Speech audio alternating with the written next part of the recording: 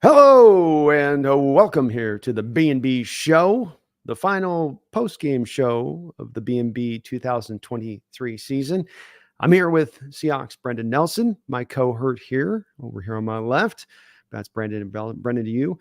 How are you doing tonight, Brendan, after this final game of the season? Is it bittersweet? Is it melancholy? Is it a bit of Yeah, that everything? sounds about right. I'm good with that. That's a pretty good descriptor. Okay. Okay. I would say that I would say that I'm not really happy, but I'm not really upset either. So that's about right. Yeah, it's certainly good to get the win, and it was awesome to have another come from behind victory. I believe Gino's had 4 or 5 of those, something like that, on this season alone, and just been fantastic. Walls again, the touchdown, but indeed we did fall short of the playoffs. The Green Bay Packers handling business with the Chicago Bears, so our Seahawks were not able to get in despite going out there and getting the victory. When, as I always do with this, I love to lead with this type of stuff with you, Brendan, which is just the big picture stuff first on this before we kind of dive into either side of the ball. You walk out of this game beyond, I guess, we'll get to more of, I think, the pushing this ball forward to what this means into the offseason and the team going forward. But as far as how this game came out in kind of more of a micro view, what were your thoughts as the game sort of was wrapping up? I mean, it's still kind of sad, isn't it? Right? It's still kind of sad. You need Matt Prater to miss 2 kicks he usually makes to win the game. You win the game by literally the narrowest of margins. Your defense still can't solve the very basic problems that have been plaguing it for over a month now, probably 2, 3 months if we're being honest. The offense, honestly, really did not look good for most of this game either. A lot of weird play calls, a lot of weird execution. So, I mean, you're coming out of this game thinking, well, we won, but you're also aware of the fact that the win did not mean that much. And it also didn't exactly instill confidence that things are headed in the right direction going forward. So, I mean, I came out of this game just kind of feeling like, well, that's a win. And I do like winning. I like winning better than losing. I'm not somebody who thinks that, oh, just because this game didn't matter for the playoffs, we should just throw it away and intentionally lose. I don't do that. I'm not a fan of that. I don't get into Mm, that stuff.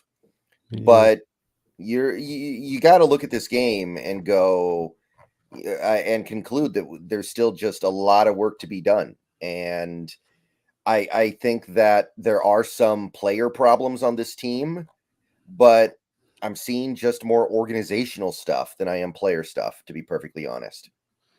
Yeah, I'm in a bit of the same camp on this where I backtrack it in a different way than some others, or like we do, but others don't necessarily, to a different specific place on this. So fair to say, by your outlook on this game, then they won the game, but it was really on the back of still utilizing old, tried and true methods on either side of the ball from what we've seen, at least just this season. There were some things the offense did in this game that I liked. We used the middle of the field a little bit more. We were using some tight ends pretty good in this game. I thought that the interior offensive line played a better game than we're used to, but that's a very low bar to clear. So there were some things with the offense that I liked a little bit better, but these are baby steps in a situation where you really could just be taking big steps and you're choosing not to. Yeah, I agree. It still seems like you're sort of flirting with the middle of the field, kind of like footsies underneath the table, Brendan. You're not out there holding hands, you're not kissing, just kind of just playing footsies with it. Well, maybe we'll just do a little middle of the field. I don't know, maybe a little bit. Um, well, let's start out, I guess, when we look at both sides of the ball here. Let's start out with the good before we've got to get to some of, I think, the bad. I mean, on the final results, they didn't allow a lot of points, but I think your assessment of the defense was pretty accurate to my eyes, and your assessment situation is what I'm seeing as well here, where this was a game where can't stop the run, still can't tackle.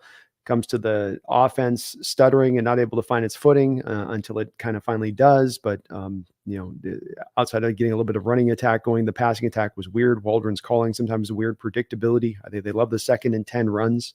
I don't know what that is, but if it's 2nd and 10 or further, 2nd and 9 or further, it's going to be a run on 2nd down. It's like almost guaranteed. You can call the thing out.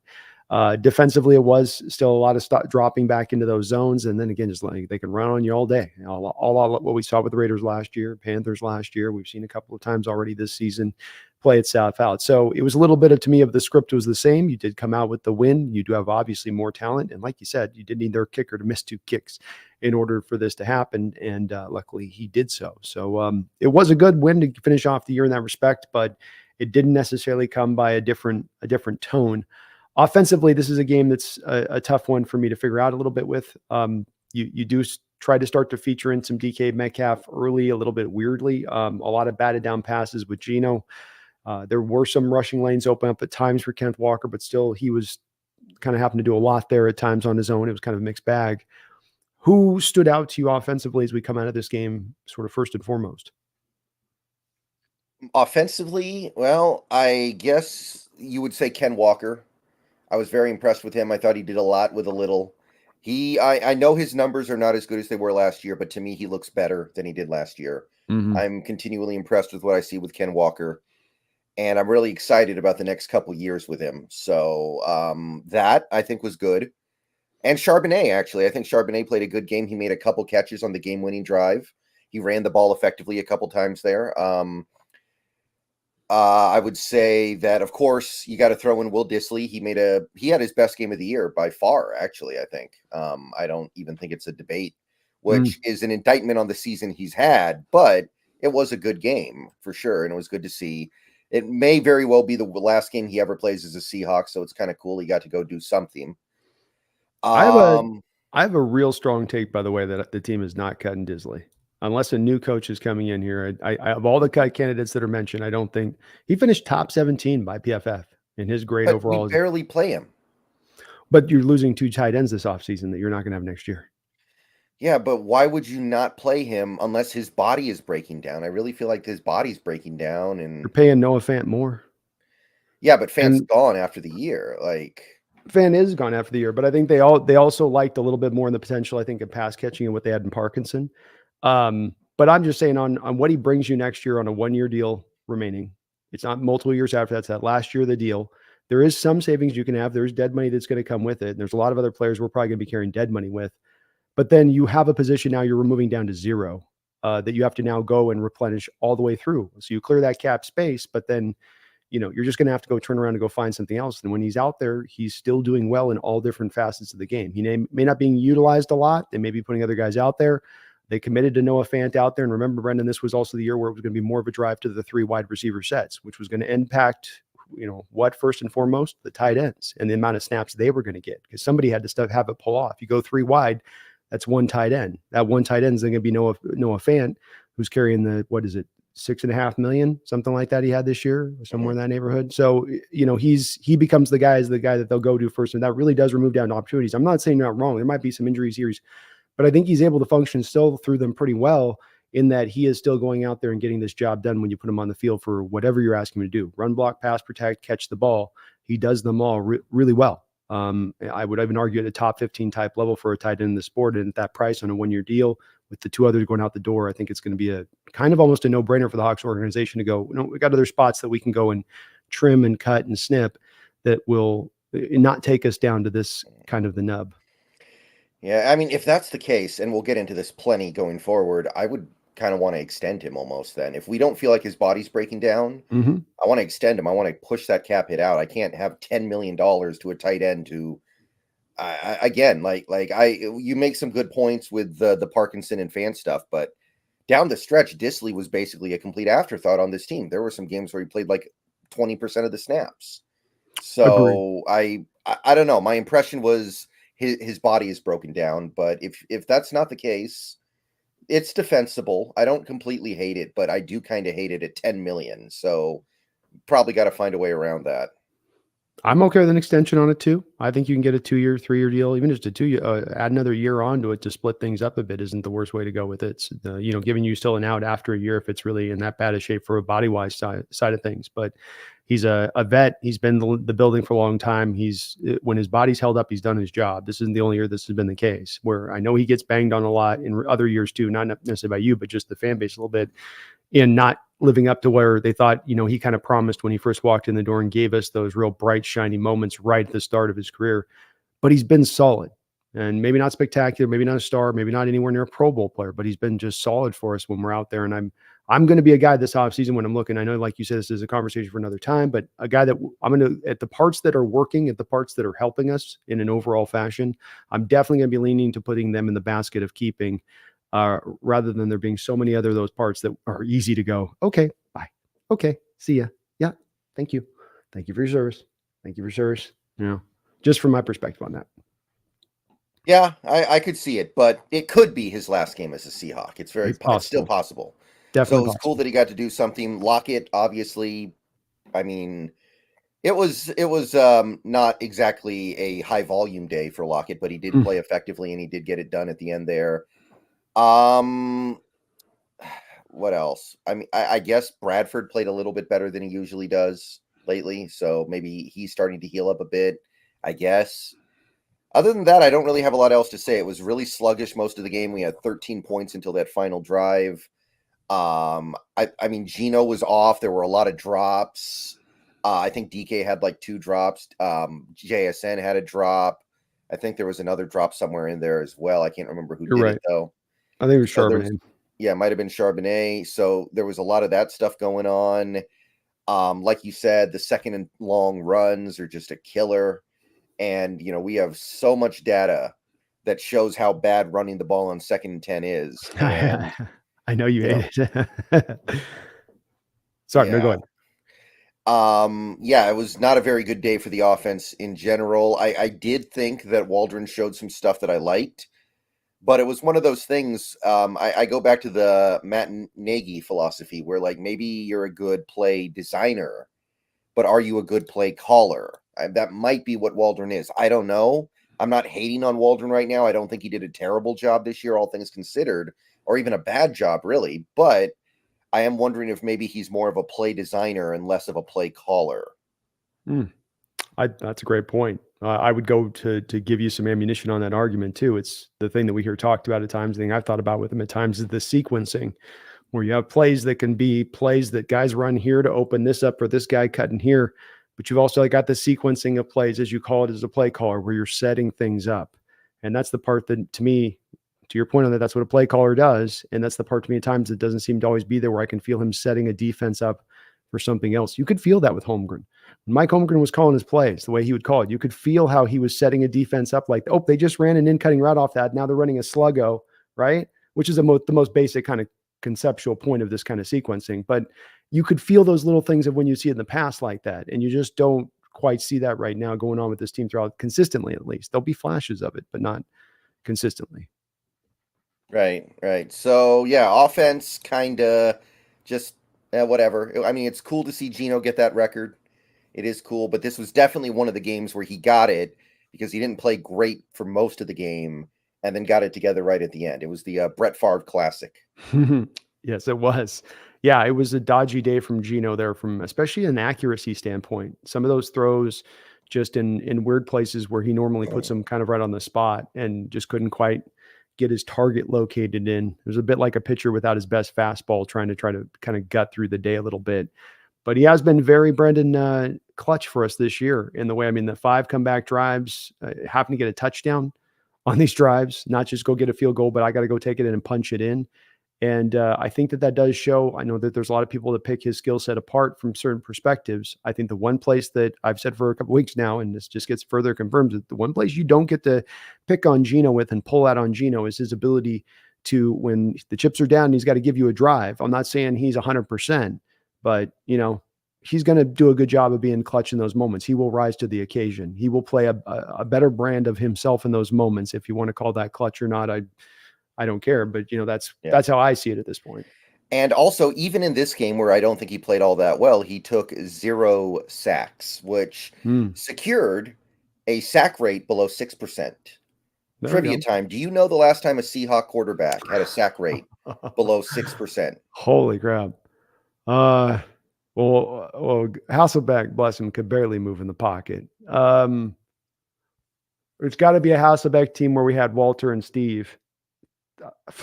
5? 07. Jeez. Okay. 2007. Morris season, huh? Yeah, that was we still had Alexander, but that was Maurice Morris. But Walter Jones was still good. I think the sack rate that year was like 5.5. Like even with Hasselbeck not being able to move back there, he was pretty good at not taking a lot of sacks, and that offense was really good at.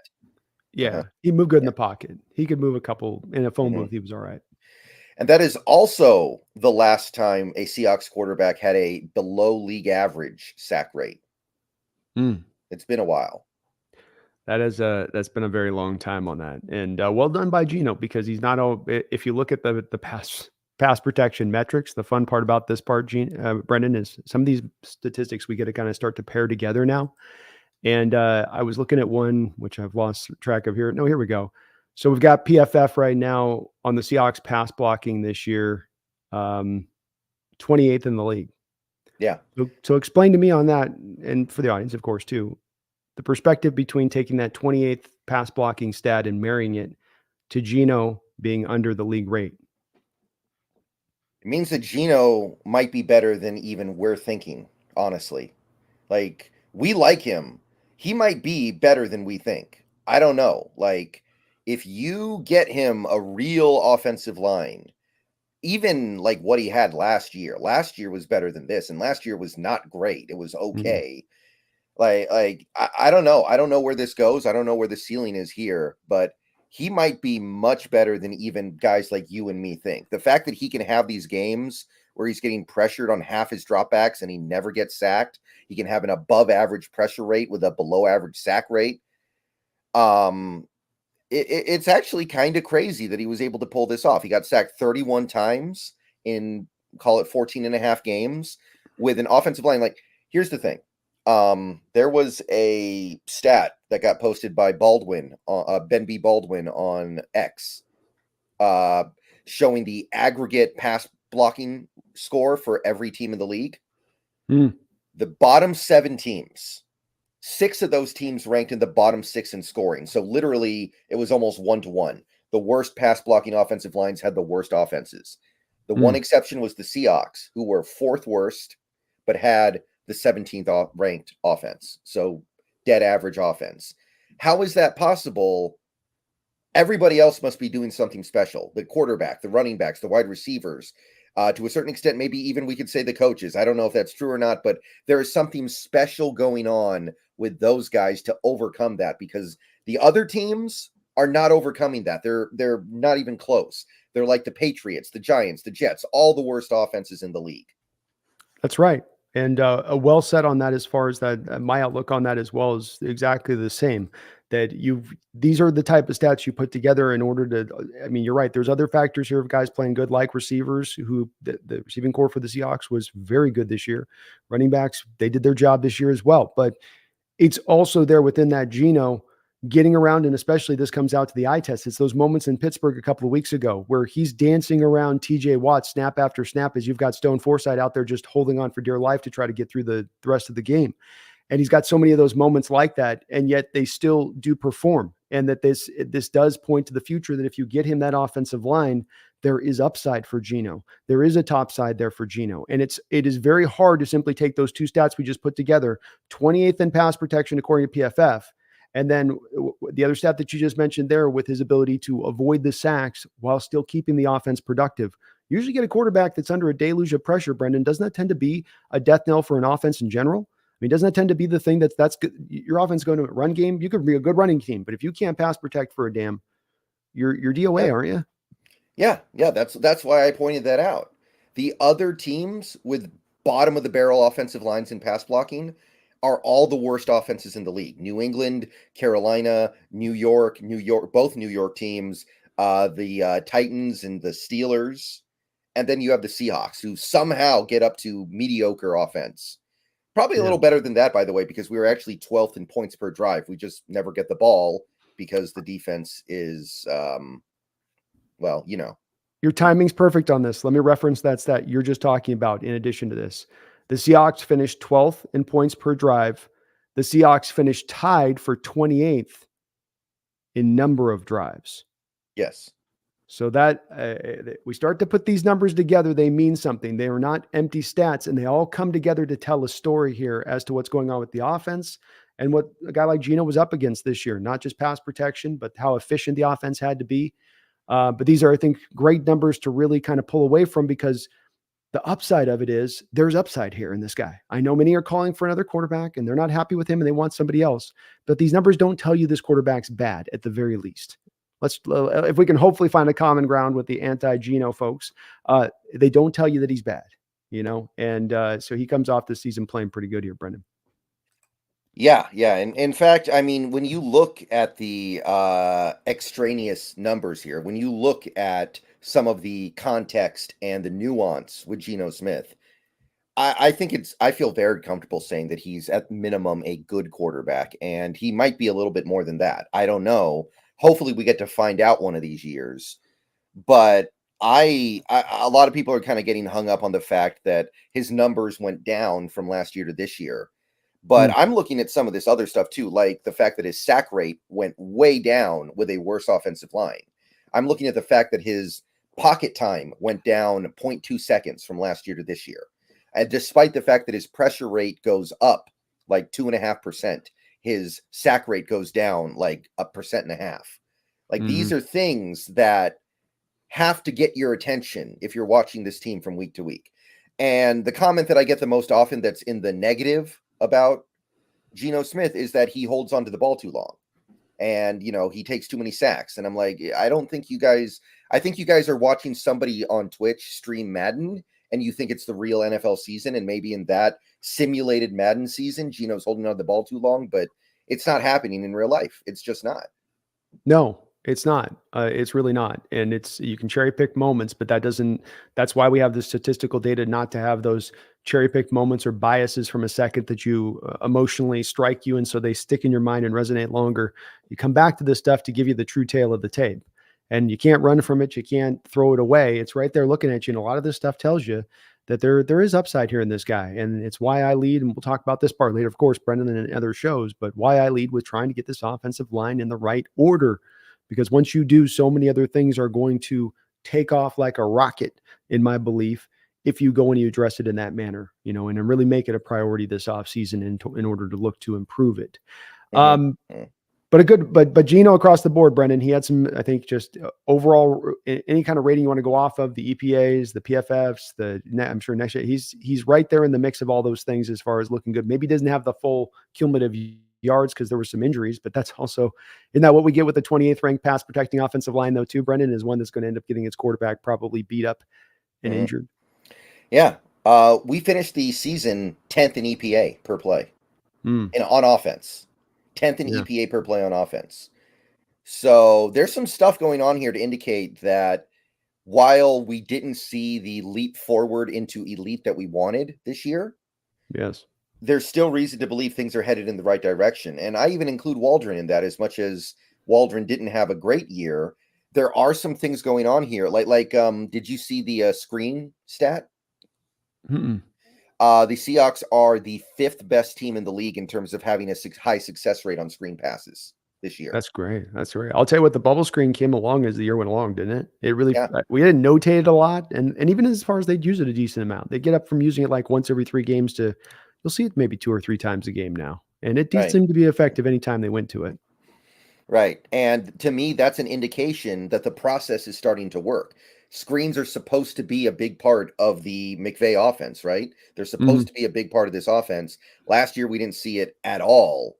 And this year, it really came along. That tells me not only are the results not that bad on offense, but also that the process is starting to take effect. And this is with a bunch of offensive linemen that can't really move that well because of all the injuries we had this year. And the interior maybe not being the best as far as their mobility goes to move in Mhm. space and get to some of those blocks. Yeah, yeah. I mean, Bradford can do it. He just needs to actually hit the block when he gets there. That's his problem. That is true. He's got a high whiff rate, that guy. Yeah. He will definitely have some, "Hmm?" He does a lot of that going on. But how about him today on the pal? Yeah, the pass protection grade was up like 86 in this game. I was like, oh, I Yeah. know the Cardinals don't have any 3 tech in there to really challenge you, but like, all right, that's respectable. Yeah. Worst case scenario, he's good depth on the interior line going forward. But I think he has upper level potential. I don't know if he ever gets there, but Mhm. we got to give him a shot here. We do. I just want to get him competition, but I think he's definitely in the mix. And if he does realize that really, really big upside he has with his physical profile and ability, he's just got a lot of refinement to go to get himself down to the right place to take full advantage of that, to where you're not getting so many of the negatives on the other side and what he's bringing. I think we've got to give the hard hat of the year award to Brendan, and that I know he surprised you in how you talked about him at the start of the year versus I think where you've been at him here. And I've got to say likewise, even though I liked him at the start of the year, I've been very surprised to see him put the performance that he put together this year. And this game was, again, more of that in filling in at the right tackle for Abraham Lucas. And that's Stone Forsythe, who posted a nice grade by PFF. His season's going to come down. He's going to be pretty well rated by PFF. I know it's the minimal snap counts and all that, but he has 0 starts out there. I actually have the numbers here on the season on what he's done, where they had him. Where was Stone? But, he's come out there. I guess they don't love him, maybe. I don't know. Sorry. I thought I had it here. Yeah, I've got it right here. So he's got a 58.2 grade, which isn't setting the world on fire, 62nd in the league. But for a guy that you had to throw in the fire there, and who for a lot of those games, Brendan, that's, if I'm not mistaken, those are a lot of games with some pass rush guys coming off the edge that were very challenging for him, that he was able, I think, to hold up relatively well. And the offensive line, I really want to address this offseason, but I do feel good about the fact we have a guy that can truly play a swing tackle role from left to right tackle and fill in at those spots. And maybe that frees you up a little bit more easier this offseason to truly, lock in a little bit more further in on that interior. Yeah. Stone Forsythe was a guy who, after the preseason, most Seahawks fans were done with. They had given up on him as being anything other than a guy who takes up a roster spot. Like he was bad in the preseason. I remember people got on his case after every preseason game. And then he gets forced out there on the first game of the year, and you kind of feel like how this movie ends. And he was perfectly competent, and he's on the last year of his rookie deal in 2024. And if that's your guy you're going forward with as a backup tackle, I'm feeling good about that. That's you can't have like 4 elite tackles on a team, so you got to rock with guys like Forsythe, and you hope they don't have to get out there, but that if they do, they can be okay. Yeah, absolutely. And he goes into a contract year next year, so he's going to be hungry as hell this offseason to try to get himself at his best. And we probably will have to call him again at some point, knowing Lucas and that dodgy knee. Well, I think we covered most of the people there offensively. Anybody else that we might have missed there from your list? That was pretty much what I thought was what stood out and what was there. Sucks to see Noah Fant go down to the hand injury. I think that's definitely going to be probably his last game as a Seahawk, unfortunately. But that was kind of about it on that side of things. I think notated the other guys that were there. So let's turn it on over to the defense now, Brendan. Defense came out in this game, and kind of the Cardinals just sort of felt like they could run when they wanted to throughout, didn't they? As this has been often the case. Yeah, I got very little here. 470 yards, 1 sack that was not a sack, really. Like, it was Darrell Taylor shoved Kyler Murray out of bounds. At 2 yards shy of the line of scrimmage on a bootleg. Like, that's not a sack. I don't care what anybody says. That's not a real sack. Yeah. 0 turnovers. I don't know how we held them to 20 points, honestly. Like, that kind of defies all common sense and logic. We to give up 470 yards, to only have 1 sack that isn't a real sack, 0 turnovers, that's a recipe for like 38 points in most games. And somehow, some way, I'm looking up at the scoreboard at the end of this game, and it's 20 points. Now, I guess they missed a couple field goals, but still, I don't know how they do it. And I mean, in fairness, the Seahawks team has done this before. I'll never forget 2021, 11th ranked defense in points, 28th ranked defense in yards. So it is bend but don't break. But I think we bent so far, we're not, that still kind of qualifies as breaking to me. Yeah. So run defense, it's just kind of unbelievable that it can't get better. Like Carroll can't look at it during the week, and Hurt can't look at it during the week and go, okay, this is what is going wrong. This week we're going to try this to help prevent that. This week we're going to try something different. We're going to change our focuses. We're going to change the way we play these run plays so this doesn't happen again. And no, we just give up another 200-yard rushing game. It blows my mind, because going back to last year, that was the focus. A year ago, Carroll came out of that season saying we need to improve on run defense, and we got worse. And it's really hard to get worse when you're the 30th ranked. Now we're 31st ranked. Really hard to get worse, and somehow we pulled it off. Yeah, they seem like they tried to at times a little more often than they have in the past in this game employ the 3-4 looks and some of the 4-3 overlooks, and that there was a little bit of that. It didn't do anything to stop anything up, and maybe it's just hard to kind of try to implement that on the fly and hope the players are going to do that when you've been teaching a different way of doing it throughout. But they just wherever they wanted to go after, they went after. They certainly targeted at times. I thought Daryl Taylor to his side of the field when they had a chance to do so, and we just got to control the line of scrimmage. I mean, that's as you say, it's astonishing to me. You add Leonard Williams, and he comes in here and plays well for you, plays Mhm. good for you, and not just a pass rusher, but as a run defender as well. But that you somehow take this step back. In this game, Cam Young came out, gave you flashes of some good performance, had a knockdown at the line of scrimmage, made like 6 tackles in this game, but still you walk away and you go, yeah, I had some down moments too, but man, we still didn't get done there. Bobby Wagner came through this game, well rated, played, stacked up a lot of tackles, but again, you still come away going, boy, yeah, but we're just somewhere there's a hole here. There's somebody's not doing something well here, and it just again comes down to you just can't stop the run as a bottom line, whatever the scheme, whatever the formation, whatever the front. They don't seem to have the ability to stop it. And tackling again, Brendan, huge issue in this game as it's been throughout, where you cannot seem to bring guys down to the ground. Yeah, that just continues to be an issue. I will say it was great to see Witherspoon back in form, back Yeah, at peak form. He had a great game, by the way. He was an absolute monster out there. he was. Um, I'll give him that. But I can find players who I think played well in this game, like Witherspoon, like Wagner. I thought Wagner overall played well. Of course, there are going to be plays where his lack of speed shows up, and you just have to live with it. That's just the cost of doing business with Bobby Wagner. I Leonard Williams, I thought played another pretty good game. I thought, God, who else was there? I think there was, I thought Quandre Diggs played better than he's played in a little while. Still not great or anything, but I am seeing something from him that's a little bit better than I saw a month ago. But it just doesn't really amount to anything. It doesn't amount to actual good play or good overall production from the defense. That's what really kills me. We add players and players and players and players to this defense, and the players often play well. Like you can argue that somebody like a Dre'Mont Jones isn't playing well. I don't know if I even agree with that, but some people argue that. Hmm. But you added Leonard Williams. Leonard Williams is playing well. You added Devin Witherspoon. Devin Witherspoon's playing really well. Hmm. And yet it didn't make the defense any better at all. It's really confusing to me. Yeah, me as well. I mean, even last year, a lot of what went down with the defense as you went along was you had injuries start to pile up as well. It wasn't great throughout, but as the year really went along, injuries started to stack up on that front, and that was a little bit of the injury issue this year, but I don't know if that was the main culprit here that was at play. So I like you, I'm a little bit flummoxed by it. I don't know why it is that they didn't take some more of these steps forward. But that's the bottom line is the bottom line. You didn't. And there's a lot that statistically bears this out. The eye test bears it out, and you're having it taken to you on a weekly basis. And boy, it was another just kind of rough game at times, just watching him squish off 9, 10 runs with Connor whenever they kind of wanted to do it. And, you got Jordan Brooks out there in space on him. Connor catches this screen where Connor first has a chance to sort of juggle a little bit, right? Like he's doing a little Mhm. circus audition. Then he finally Right. catches it.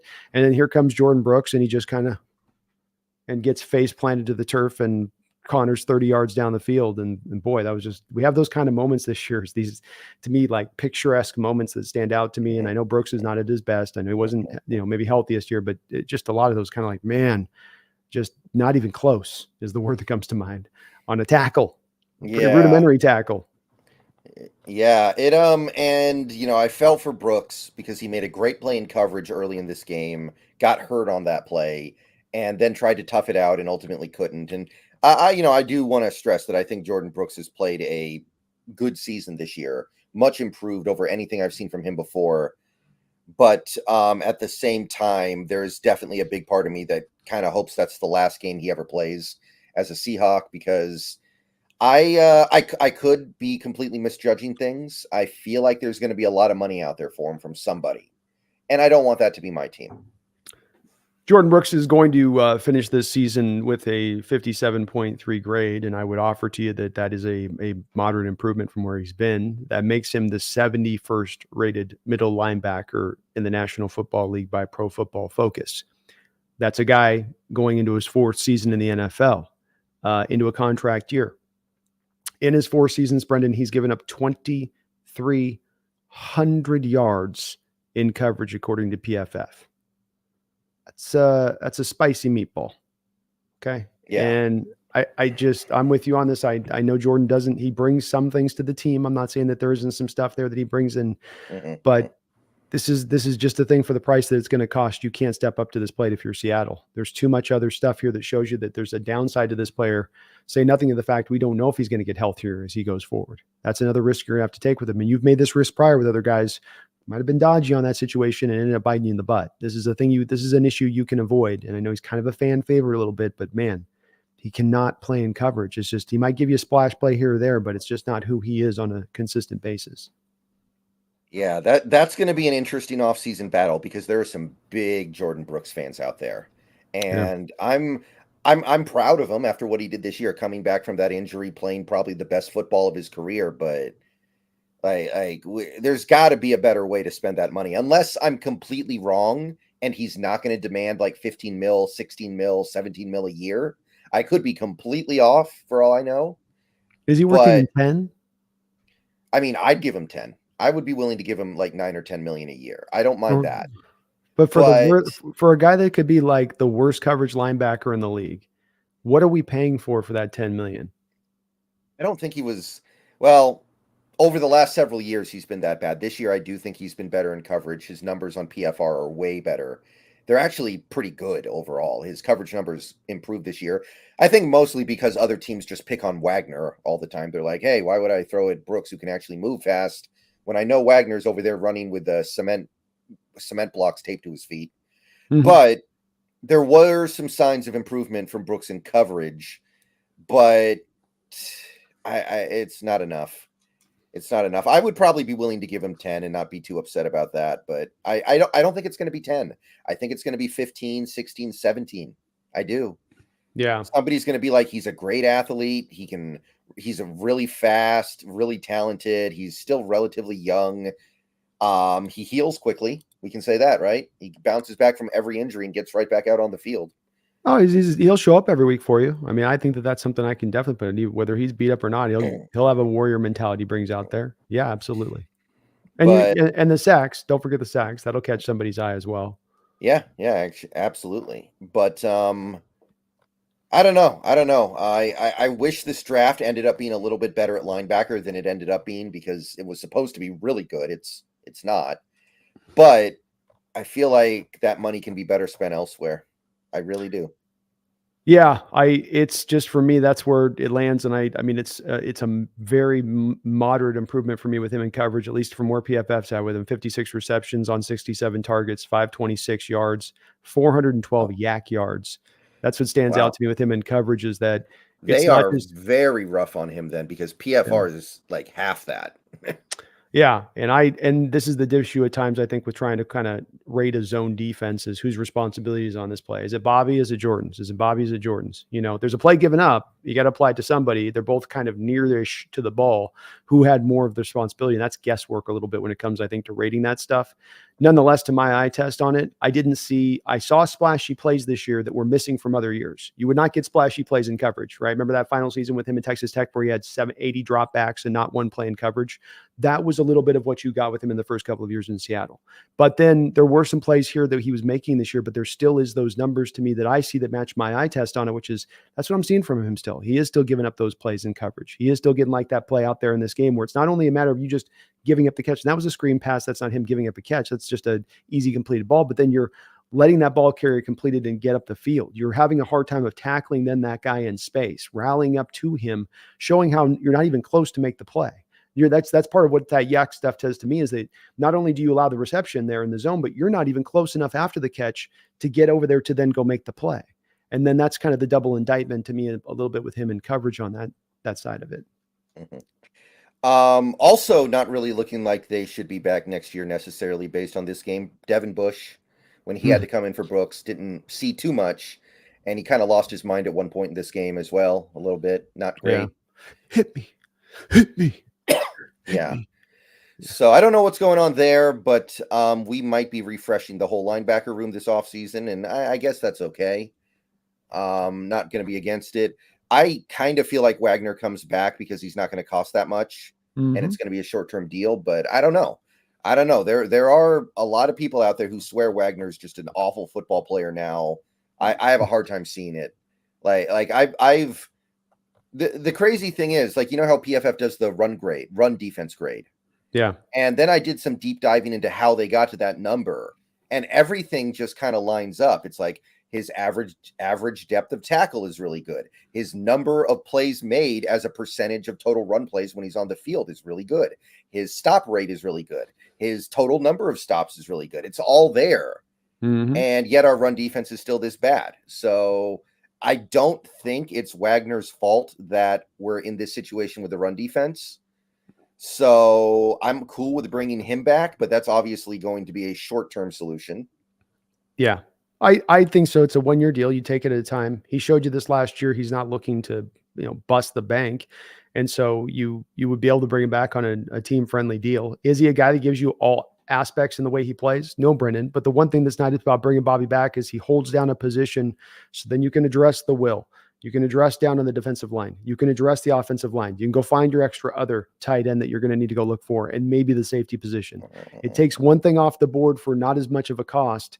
And that's where and on a short-term deal at that. And that's where I can completely sign up for it. I also don't get the part of why he's so good on that depth of tackle is his ability to still slip blocks and get around those second level guys that go on. And if you do lock in on the tape with him, he has a still very good ability to wind his way off those blocks when there are so many middle linebackers in this sport that it's like they have glue on them. When those linemen get on him, they're stuck. They can't get off. In fact, Jordan Brooks can be sometimes one of those guys. But that's not, Bobby's got that in his bag, and he still called upon it a lot this year. I mentioned you, I saw it even on when they were doing the mic'd up of Bobby against the Browns, and he was having a really good, the Browns lineman, Wyatt Teller or something. They had a really good lineman there trying to get down on blocking him. And he was saying to Bobby, he's like, man, I can't get my hands on you. I cannot get you blocked. And that's why he's so good in the run game. The instincts, the ability to slide off the blocks. It's not about the speed and the quickness. It's about those instincts and that pairing together. Mm-hmm. Right. Got a donation here from Garth Knight. Good to see you in the house tonight, Garth. Thank you for the donation. I really do appreciate you for that. It says, hey, Killer Bees. Did Pete really have a presser today where he said his defense has got to get better, even given all the resources put into it? I mean, he's right. It does have to get better, but we have to wonder, why is it not getting better? And I have a hard time pinning that on the players when the players keep getting swapped in and out, and you keep bringing in new players and it doesn't get better. So I mean, he's kind of telling on himself here, and he probably doesn't even really know it, or he doesn't think he is. But I mean, I don't have a problem with him saying that. It is technically true. Yeah. Well, and it's always where the answer seems to go to time and again when it comes to this defense is let's not update the defense itself. Let's just keep pouring endless amounts of assets into it, because eventually we'll pour enough to overcome the crappy scheme. And it's a real busted process, in my opinion, to take this road. This is how you make second round trades at the deadline, feeling you're this close to being away from getting there. And it's like, you really aren't, because you're not assessing what is going on here with your team in accurate ways. So I don't know what to make of it for sure, Garth. This is going to be an action talks kind of situation for me, where they can say what they're going to see. We're going to see what's going to happen the next week or two as far as what changes is or aren't made. But this is more, as Brendan has said, and I feel the same way. This is more of a problem that goes beyond just players. Yeah, it is going to need to have better players coming in, but it ain't just that. And that ain't going to get you to the mountaintop solely on the back of going through that process. Yeah, that sounds about right. I mean, if we want to add a player or two this offseason, I'm certainly not going to argue with it. Like I've already said, Leonard Williams, I think you need to bring him back at this point because he has played so well for you.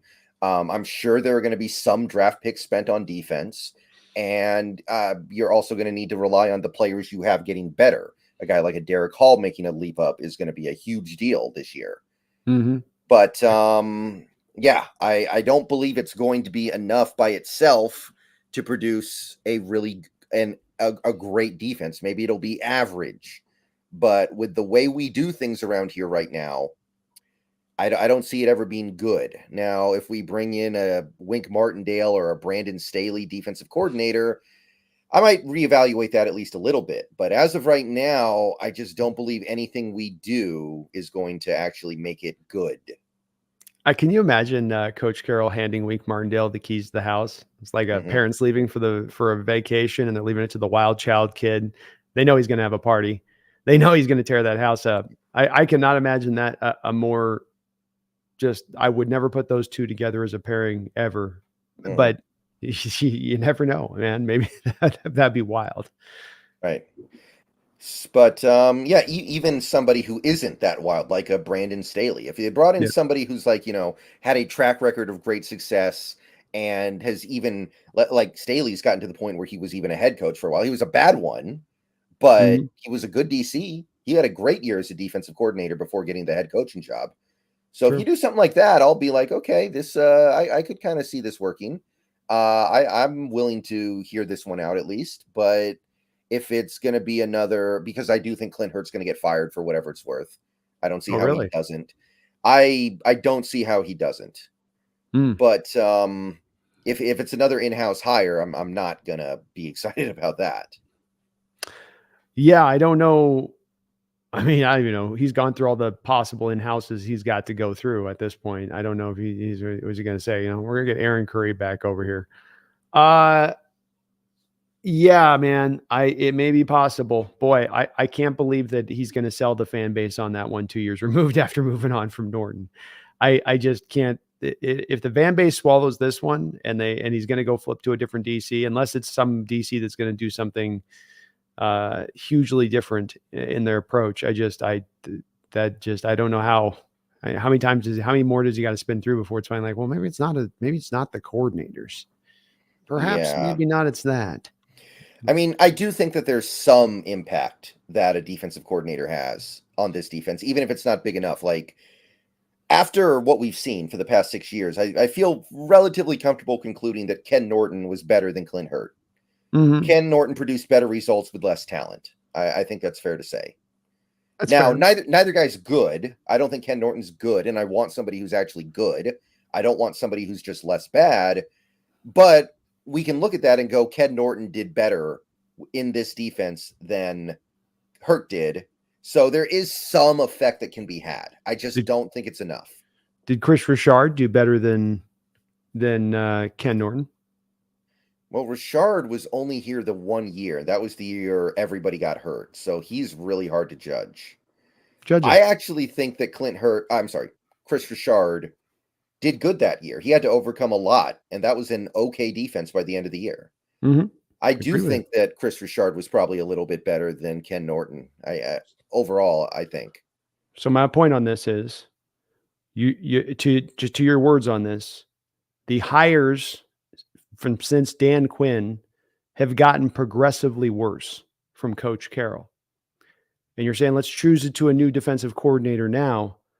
But if his decision making has led him to these defensive coordinators, how do we have trust that he's going to hire the good one now, especially as they are getting worse and worse and worse as he's going further and further through them and almost at times seemingly faster through them? I mean, the answer is you don't. The answer is you don't feel good about it. That's why I said, look, if it's somebody who's a known quantity coming in, like a Wink Martindale or a Brandon Staley, somebody who's proven that they're good outside of the Pete Carroll's sphere of influence, that's one thing. But if it's somebody like his kid, I don't even know if he has a kid on the coaching staff anymore. He probably does. I think he does. Or somebody in house who we don't really know that much about. That's different. That's not going to fly so much. No, it's a fair point. A fair point in part. I just wanted to kind of unpack it a little bit with it on that one because it's an interesting for me one. You might be right on it. There seems to be something's going to happen, I guess. So why somebody's got to go, I guess, in the room, right? Somebody draws the short straw. It's between Waldron and Hurt. They're both pulling the straw from Carroll. Carroll's like, okay, boys, here we go. Jordan, thank you for the $5 donation. I do appreciate you for that. I hope you guys are having a good night as well. It says, is run defense a scheme problem or more of a player problem? On this team right now, I think it's more of a scheme problem because you added a bunch of players to help the run defense, and the run defense got worse. And those players seem to do their job. Like Wagner seems to do his job against the run. Leonard Williams seemed to do his job against the run. Devin Witherspoon did his job against the run. He's one of the best run defending corners in the league already. Mm-hmm. Now, maybe you added a guy like a Dre'Mont Jones who didn't really help in that area because that's not his forte. But you also got way more out of Jarran Reed than anybody on this planet had any right to think you were going to get. Like Jarran Reed played like a Pro Bowler almost this year. So you add all that and those players come in and look like they're doing their job and you get this much worse. I can't believe it's a player thing at that point.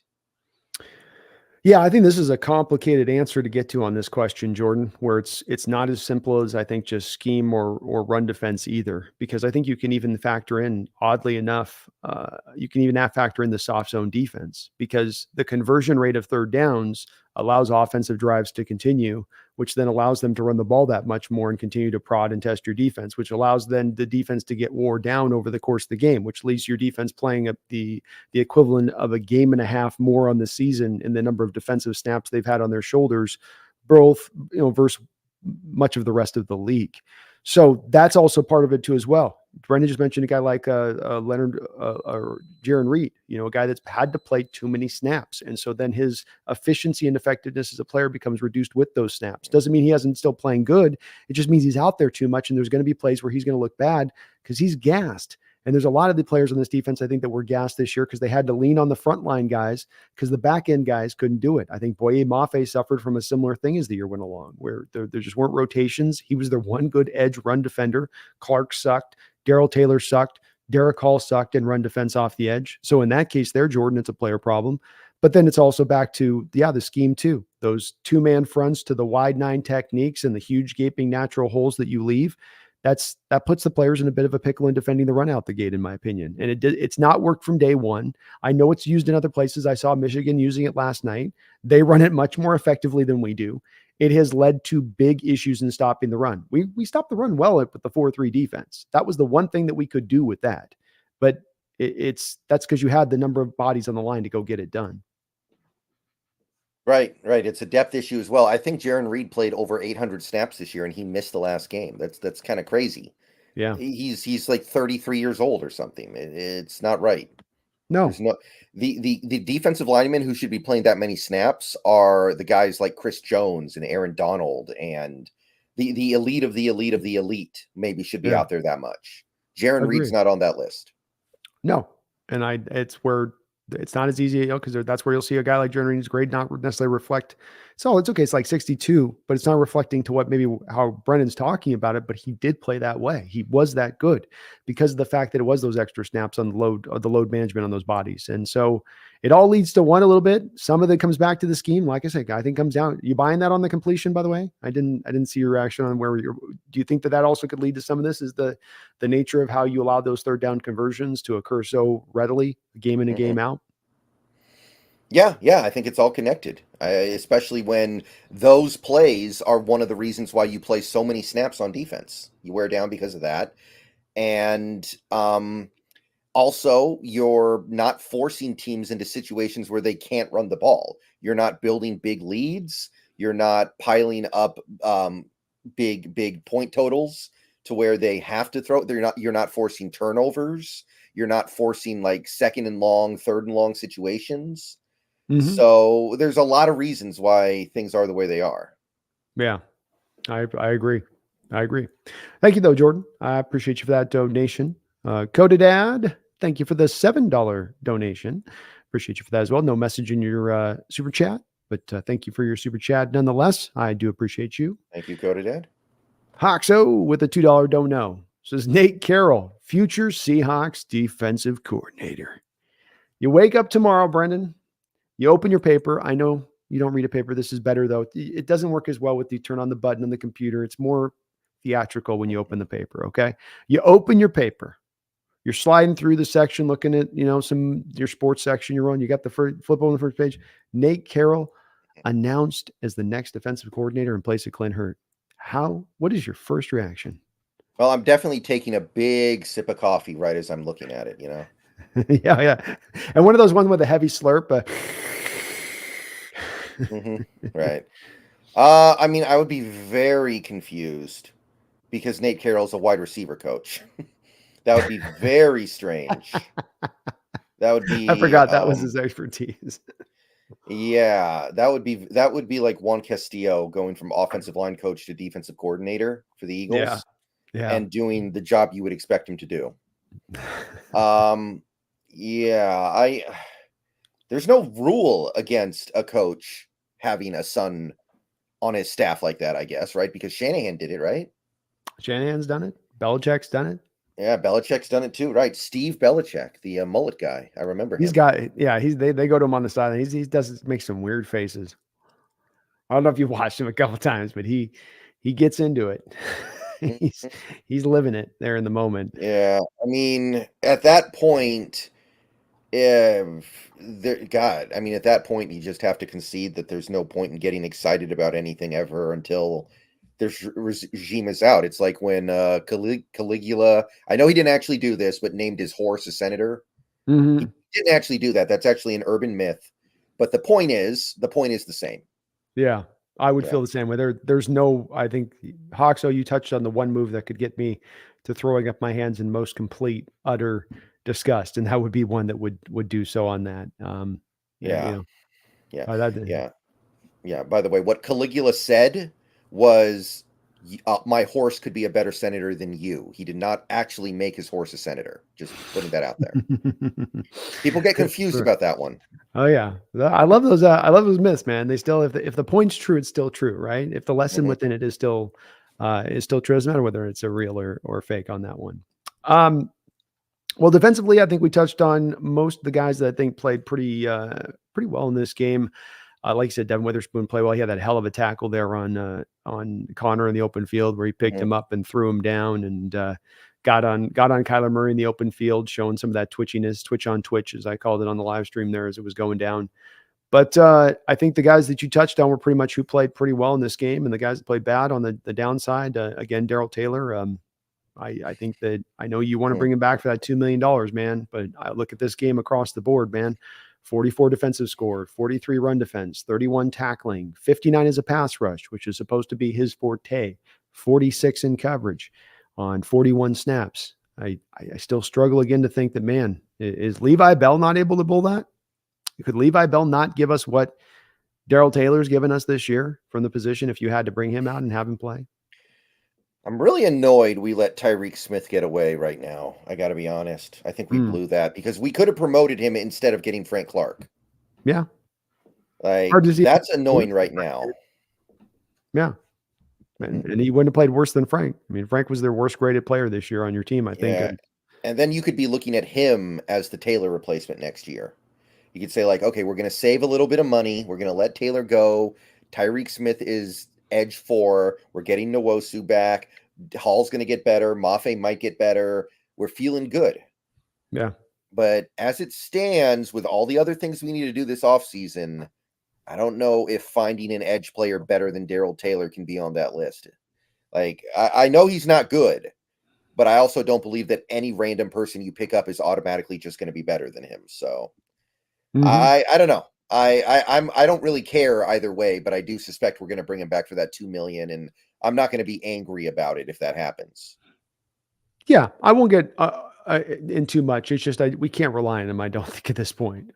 He's the player he is. He's gotten a lot of chances here to show off what he can bring to the table. And this year, even he was not the pass rusher he's been even in the past, which was definitely a lot of up and down inconsistency in that part. But as a run defender, he gets attacked, and he gets attacked where teams are targeting the hell out of him and where they're going to go at, and especially if they've got guys like Connor or Najee Harris, it's coming downhill at him and testing his ability to set the edge, get off the block, come make the tackle. And in all three of those realms, he'll often be failing on the player, and you'll end up with this just huge gaping wide hole right over there off of his edge. It's tough to watch sometimes out there where you can see them just going after him and there's nothing he can do. He's trying hard, but I just don't think there's anything he can do about it. He just doesn't have, as I say, enough sand in the pants, Brendan. Pull it off. Yeah. Well, I don't think there was anything else notable there. I thought Tariq Woolen had kind of a okay game out there at the edge. Yeah, the touchdown wasn't fair. I can't put that on him, but he was just kind of whatever. He had one play where he set the edge against Kyler really well. Mhm. but he also had that one play where he didn't help out in the tackle pile and allowed I think it was big run. Connor to push the Yeah. pile. Yeah. Well, no, he broke through the big Connor run where he's coming through. Hmm. Woolen's got a chance to come in there and wrap him up, and he does that whole just bounce off and fall to the turf thing. And that was the touchdown run that Connor had there at one point in the game. I forget when it Okay, was. right. So, I mean, I I see some Seahawks fans kind of giving up on Woolen.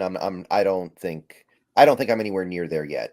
This guy has a chance to get much better in this area, and he's even in a year like this, which was a down year, he was phenomenal in coverage. His coverage metrics are still great. I know PFF didn't love it, but PFR loved him. If you were to be offered a late first round pick for Tariq Woolen, Not in this draft. I don't think that area of the draft is super appealing to me. I okay, don't think so. okay, I think there's probably like 20 true first rounders in this draft, ooh, okay, I think that's but fair. we're gonna have to dive into that a little bit more. These NIL deals really kill the draft because so many guys stay back because they can. Hmm. You're getting a little overflow too from last year, but I don't think we have the star power to your point this year in this draft. I mean, I've got like as it stands, I think 8 or 9 real. You mentioned first round. I go blue chip first round, but your star potential. I think there's like 9 guys in this draft, so I think you are in a similar realm. But I guess you'd do it if you thought as a coaching staff this guy's not going to tackle. And teams, much like with Taylor over there, I mean, that's what teams did a lot of this year. Is if you had Taylor to one side and you had Tariq Woolen to the other side, and you're running outside zone, you got 2 negative run defenders there onto that side of the field that you can go out there and target. And it may be a thing that they don't trust in him being able to. I think his coverage skills is great. I do. But maybe the tackling is such a detriment that the team just goes, we've got to go to a different spot of it and get somebody out here who can, get in there and actually get that job done there as well. Yeah, I'm just not there yet. I Um, not in this draft. Maybe a different draft. I would, that makes sense. but mhm. I understand. I totally get where you're coming from on it. And I'm not looking to move him necessarily. I just kind of presenting if that possibility, did present itself to you into where you look at and see that for him because it's got to get better than tackling. That's going to be a place that they're going to definitely go after in the future, I think, with him at that position, Brendan. Yeah. Matt, thank you for the $5 donation. I appreciate you for that, Matt. Very kind of you. Will Clint Hurt get fired? He's been defensive coordinator in back-to-back seasons where we finished 25th overall in points allowed. I think he will. Yeah. If you listen to Pete's press conference after the game, maybe it was the day after the game. One thing that he kind of came back to was, I should have done a better job helping my coordinators, my other coaches. And what that tells me is he's basically saying, well, Clint Hurt isn't good enough to do it on his own. I should have held his hand more. So now that we're here in the offseason and you can actually make a change, I think that he will try to find somebody who he does trust to do it on his own. Try to find somebody who can actually handle the play calling duties without producing such a bad product. So I do think that he'll be let go, and I think he'll try to find somebody who can do things without getting his hand held. That's interesting. I'm a little more reticent, Matt, to believe that he will. Brendan feels pretty confident on him. It wouldn't surprise me. The thing that I just keep coming back to is, okay, you fire him now. Who you hiring? And from Carroll's perspective on this, like you say, it is kind of if you're going to hire somebody now, being that you've had all these in-house hires that have come recently, and the last 3 have failed, you have to go out of house now. Does Carroll have a willingness? I start going down that road of, does he really have that willingness to bring a guy from out of house to allow him to run the way he wants to run it? Because if you're going to go get a legitimate candidate, if you're going to get a Wink Martindale, they're not going to come in here with the reputation that Carroll sometimes I think has at times of being a little more overbearing on that side of things. In the way that he does have that control, reportedly, I don't know, could be wrong on that, but that will be what he has to give up, those reins. And he's such a guy that has held those reins, Brendan, it feels like so tightly, so for so very long, that seems to me to lead him back around to going, yeah, we'll just, run another season with him at that point. I'll be more hands-on with Hurt. And that'll be the fix, I'll take more of the active intervention approach a bit. I mean, he's already the oldest head coach in the league. I don't think he wants to take on more responsibility than he needs to. I think that Mm, he would like to find a DC that he can just hire and say, okay, go do it, and then it'll get done. And he doesn't have to. I think he would love to do that. Now, it would have to be somebody who's willing to do things the way Pete wants them to be done, of course. And that guy might be hard to find. I don't know if that's realistic. And I don't know if I necessarily want that personally. right. But, the bottom line is I would much rather us fire Hurt and bring in somebody like Brandon Staley than some in-house hire I've never heard of before. Yeah, and I mean, I'm not as in on it with Staley as you. I can see the complete intelligence behind doing it, in that he's run the Fangio like scheme, and we have, you know, um, we've he could come in here and kind of fix up our Fangio scheme and have it run right, so to speak. But the thing that stands out to me is that Rams defense didn't miss a beat when he left, and the Chargers defense never got to a right state when he was there. And so how much of it was his impact on that Rams defense and how they played? How much of it was the personnel and how they've drafted and developed players? How much of it was just this, they've got the scheme humming and working there, and it's not really reliant as much on the DC in there to, make that brilliant. You took it down to kind of the spot where I land with my mind on this, Brendan, where it's like, well, okay, I got to go get a guy to go outside of my ideas and thoughts, but it does come down to the two things on here. How much do I want to have the reins let go of here versus the pull inside of me that we both know is obvious, being that all three of these defensive coordinators have run their system very similar to the Pete style of ball. Protect deep, right? Don't blitz too often. Trust your front four. Not a lot of guys that are defensive coordinators in this league run those kind of schemes or like to run those kind of schemes. That's a very simple way of running a defense that's not going to appeal to the best and the brightest of defensive coordinators. So we end up going down the road of, you're not likely to end up getting the best and the brightest defensive coordinator here on a rehire. It's very likely to be some kind of retread to some degree.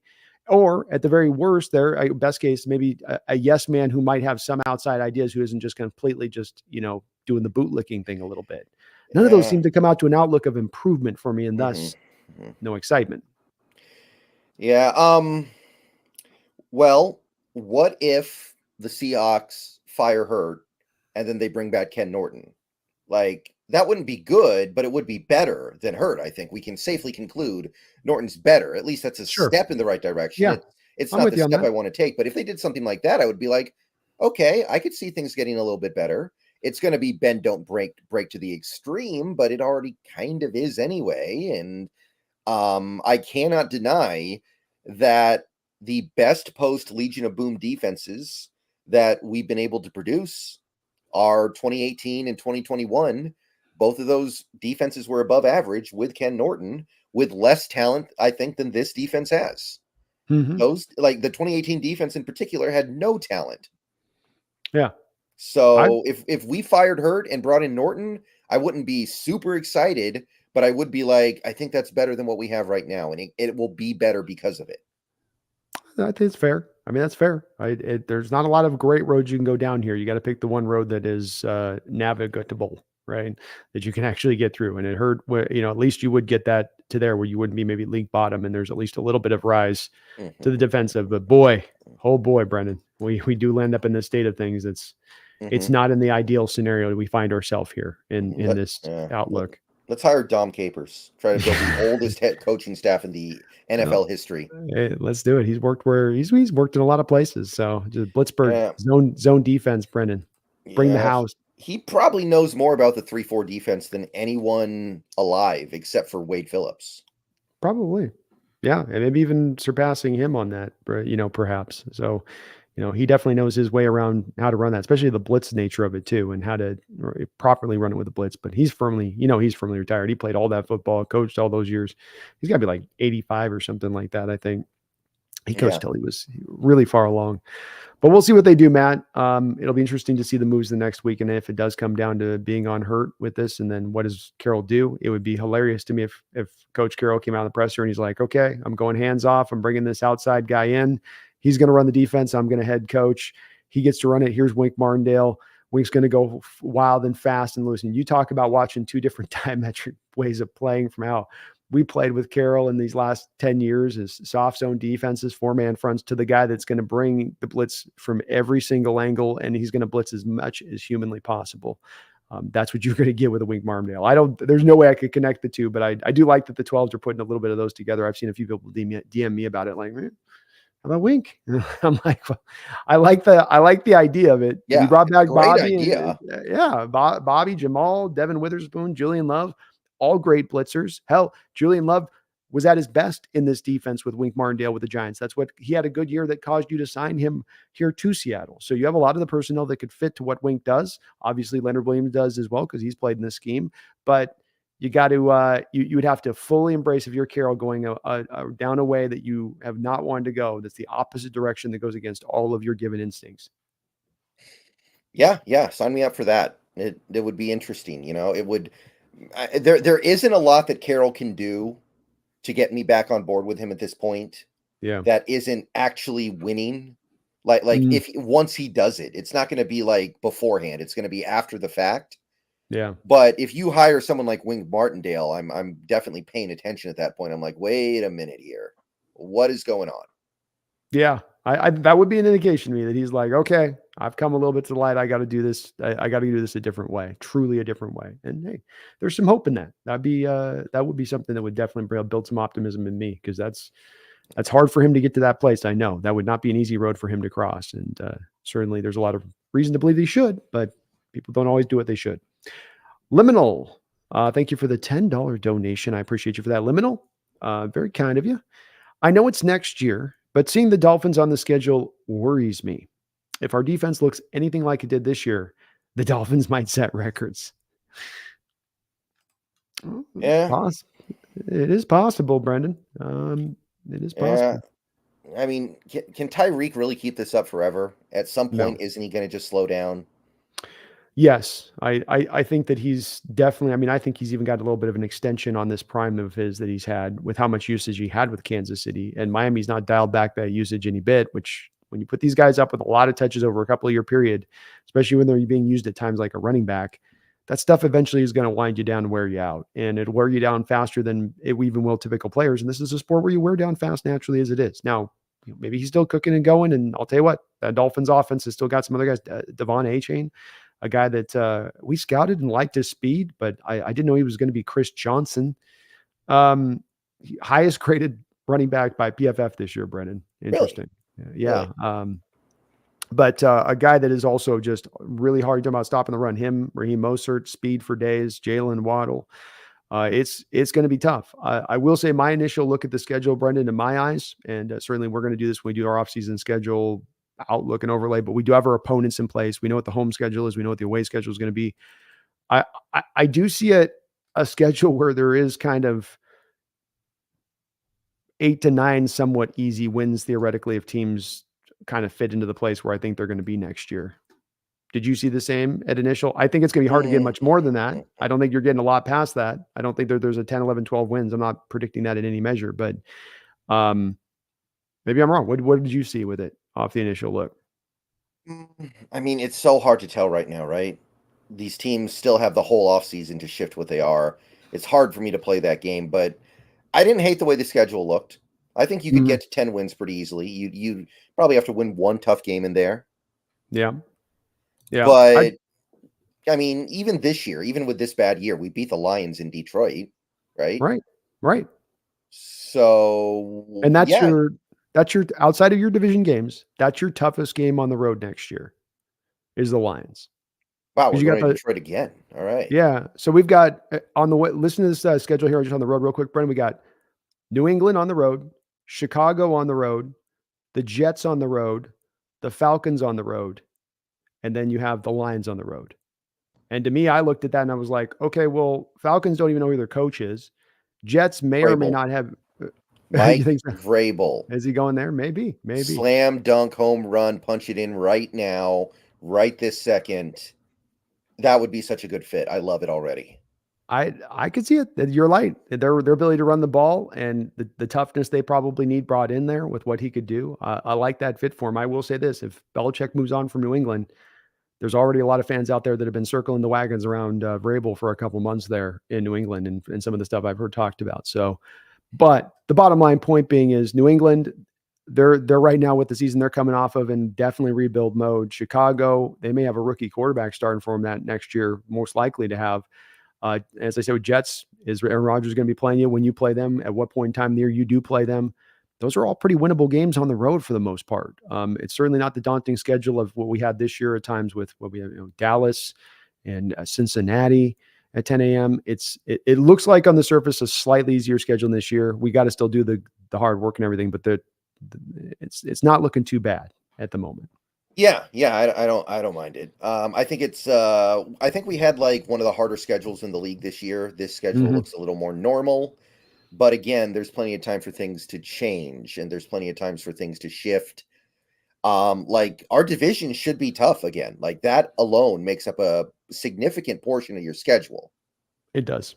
Yes, I would agree with you there. That part's not going anywhere, away with it. And I don't necessarily look at the schedule first. That's a playoff team right there. But there's just, you looked at it last year with some of those, Eagles, Cowboys, Bengals, Ravens on the road. You just went through it and you go, blah.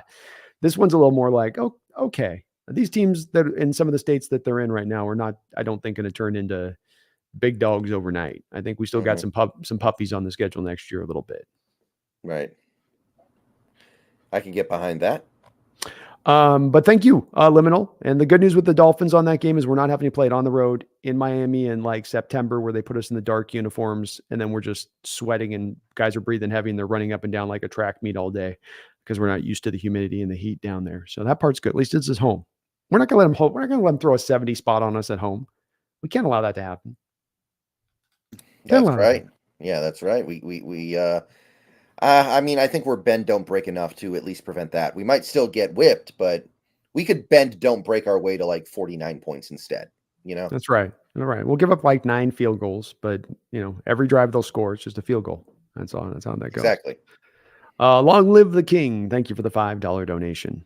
And he says, say we didn't make the Russ trade with Denver and Denver signs Geno, keeps Fant and Locke. We sign Russ to the max contract. Where are both franchises now?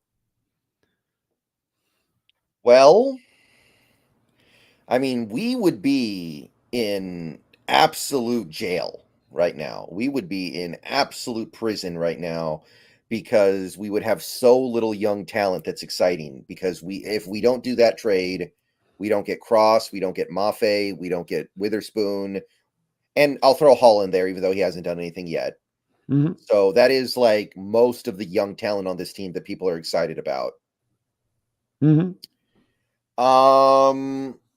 don't think Geno does what he does in Denver the way he did it in Seattle. I think there was a circumstance in Seattle that allowed what happened with Geno to happen. I think that Denver would have just signed him, viewing him as nothing more than a pure backup. So I don't think he gets that opportunity. So I don't think anything good happens there. We wouldn't have any money because Russ would have the max contract, and we already know that Carroll will be even more unwilling to spend money on his offensive line with a quarterback making that much money. So it's not like we're signing people to replace Cross and Lucas, right? That's right. Assuming we don't have those guys, which maybe we have Lucas. Yeah. So I think we are in absolute jail in that situation. The good news is we'd be getting high picks, but we'd be in jail because of the contract. Yeah, I think that we would be record-wise, we would have at least probably 8 less wins over the last 2 years if Russ was the guy behind center this past couple of years versus Geno, in my opinion. The contract is one that you can't overlook because the representation said, sign us with 2 years remaining on this deal, did Rodgers to Schneider. Schneider said, F you. We don't sign guys until the final year of their deal. Then Mark Rodgers, the agent, said, well, if you wait a year, it's going to be $60 million a year. So let's work from those numbers. You would have had to sign him to a $60 million a year contract that next year. To Brennan's point, the amount that would hinder you as far as your ability to move around, because when you're signing him, there's a year left on his deal. So you haven't even poured out of the last of the bonus money of the final year of the other deal. You're signing to the new deal with the final year of the bonus money still riding on the books of the prior. And now you have new bonus money hitting. And then you have the base of the year hitting. And now the base, you go low, but there's still now 2 stacks of bonus on either side, meaning there's no way to massage the deal at that point, meaning you're going to have weakness across the board. And like Brendan said, as Carroll showed throughout the Russell Wilson time here, if he's got to find a place that he's got to pull back to sign for the quarterback and pay the QB, that's going to be the offensive line. It's not going to come at the expense of his defense. That will not happen.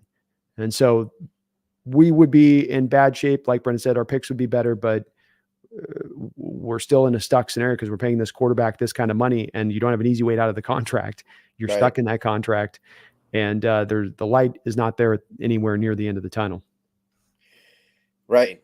So, I mean, yeah, that would be we'd be in a really bad, depressing spot right now. The only upshot would be, again, I think we'd be picking really high. I mean, maybe even Caleb Williams high. Like, do you think Russ breaks the David Carr record behind this offensive line? See, that's where we get to the floor part of Carroll.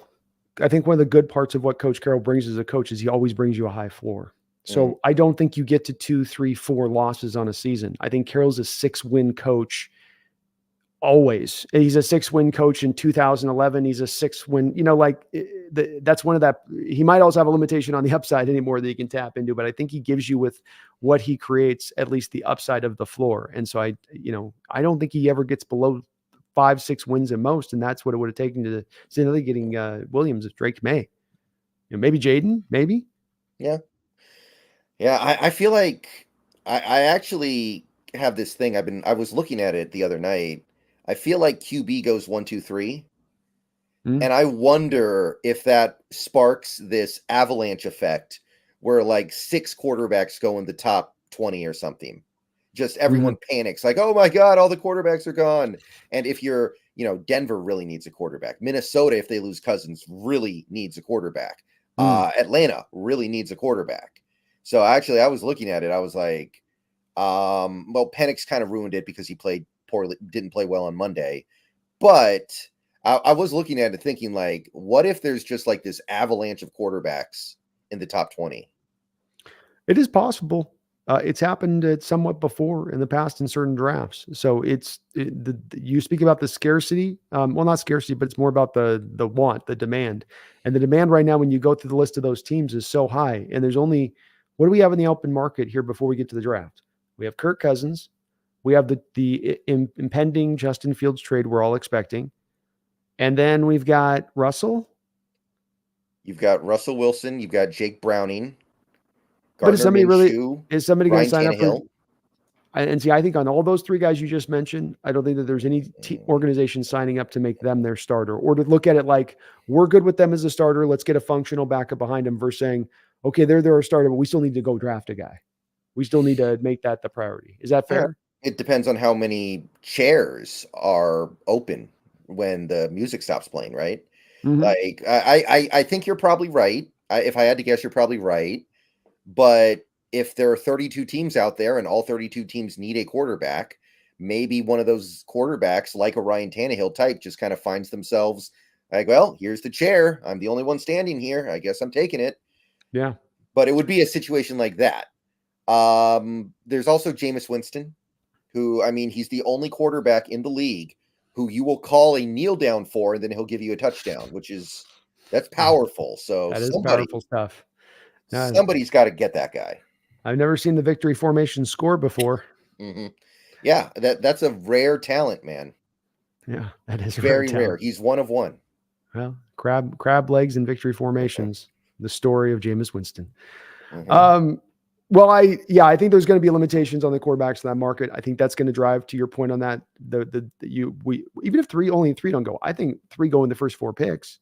I think if you go to 4 with Jaden, somebody trades up if the native pick there isn't just taken with Jaden. So you still end up with getting that top 10, those quarterbacks. And what stands out to me about this class, Brendan, I know you've looked at these same guys as well. I'd be interested to see where you stand on this, is that they are all very unique. Some have a lot of time played in college, some a little bit less, some with a great physical skill set, huge arm, but not a lot of starts. Other guys with good physical skills get huge arm and a lot of starts. There are guys like Rattler that's got a tremendous amount of talent, has a lot of starts, but he's played in a situation where there's a lot against him going out throughout the year to find success on that team, playing in the SEC without the most talent around him. Maybe there are those organizations that fall in love with their one particular guy and go, the hell with everybody else's evaluation of it. We like this guy here. This guy right here has got the talent we would say is first round worthy. We're just going to pull it and go on it because we need it and we like him. Mm. Yeah, I mean, I've been doing mock draft sims lately. A lot of them just really just scramble up that top 5, top 6. I thought we'd have consensus by this point, but we do not. No, it's usually going to be a month after the season. You'll start to things kind of get refined on that, I think, and solidified a little bit more. Right. But thank you, King. Appreciate you for that. And that is a great question. Neither is in Denver's in a better shape. I will say that than they are now, where they're heading into the darkness now. They're Hackett still has a job, right? There's no way they fire Hackett without making that trade, right? probably not, because he'll get an extra season, and he probably Yeah, isn't you got to as at least give bad. him year 2. Yeah, I would say, especially because they don't land the big quarterback, they don't get the big fish, so he's having to operate with some backups in there. They got their first round picks. They end up making a quarterback. They're in better shape by far than they are now, but we would be in also with that much worse shape. Yeah. So it flips. It flips. The weight's the same on either side of the scale, so to speak. Cameron, thank you for the $5 donation. I appreciate you for that, Cameron. Says, hey, guys, you both know I'm a big Jason Myers fan. Looks like he broke the curse of being bad every other year. How do you feel? How do you two feel about his season? I mean, in totality, he's still 22nd in field goal percentage. Yeah, I think that there's not, with sometimes other positions, Cameron, there's a lot of different other statistics to go to point to look at, to say, look at this, look over here at that, look at this, for a player to kind of build up or take away his value. I think with kickers, it gets pretty straightforward, because especially with the kickoff rules being removed, it just comes down to your accuracy. Do you make your kicks or do you not? And if you're paying a kicker top 2 money and he's 22nd in kicking percentage, that's kind of the bottom line, I think. Is it great that he tied the record, or I think set the new Seahawks record for most field goals made? Well, yeah, but that's also more of a representation, isn't it, of the offensive success and efficiency, rather than just suddenly Jason Myers doing well. And this is evidenced by the fact, if you look, for instance, by his, if you want to lean on the thing and say, well, he was the guy that was so much of our offense because he had to kick all of these long kicks. And that allowed us to put points on the board at times when other places with other kickers wouldn't do so. But then if you actually go down the line and you look at what he was at with, as far as his 50-yard kicks go, he was 4 of 8. So he was 50% on his 50-yard kicks. He missed a game winner. So he wasn't patting these in from 50 yards out, where you could kind of, okay, let's look for something advanced here that might say and speak to his value a bit more thoroughly. 22nd in the league in kicking percentage.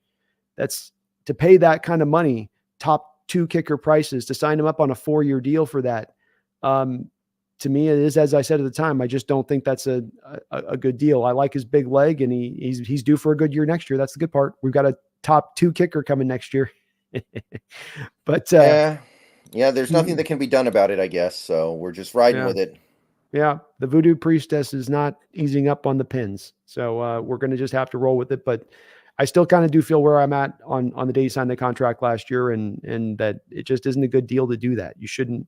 If you're going to pay for a guy that kind of market price, you get a guy like Dixon, where you're getting those returns. I can much more understand that, where I get a guy that can pin it with the best inside the 20. He's got as good a hang time as you see, and as big a leg as you'll find in the National Football League from the punting position. I can go all the way down the line and go, it all adds up. But this one, the math gets a little funky. Just a little bit there on it. But Thank you, Cameron. I appreciate you for that. John M429, thank you for the $5. Thank you, John. Appreciate you.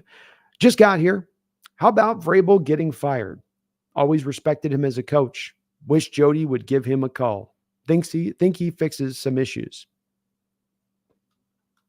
I mean, I did not expect him to get fired at all. I'll say that much. I think he was kind of pushing to get let out the door as much with that a little bit. Conference, we're talking about hating losing, and like there was that moment with the AJ Brown trade. Do you ever remember the video footage of him after the AJ Brown trade when they went in the war room, and he's getting up after it's been announced and he's just shaking his head, and it's not like subtle. I don't remember that. I believe it happened, but I don't remember it off the top of my head.